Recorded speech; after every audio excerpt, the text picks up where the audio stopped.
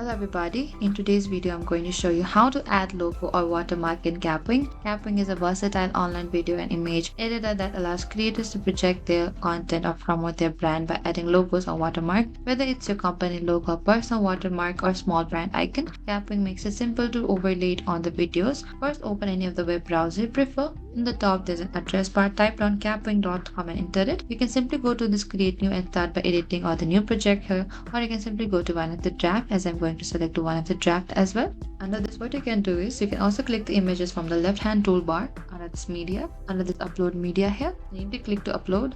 Over here, select one of the photo or the logo that you want to put it up, and what you can do is simply double click and put it beside the editing section as well, and choose a logo file. And what you can do is you need to go to end of this image and simply make it smaller to crop it, and you need to put beside the logo is, and that is it. You can position the logo as well and adjust the transparency, and after you're done you can simply export the project in the top right, and that is it. This is how you can add logo or watermark in Kapwing. Thank you for watching this video. I hope I could help you. If you have any queries or confusion, please comment down and we will reach out to you very soon.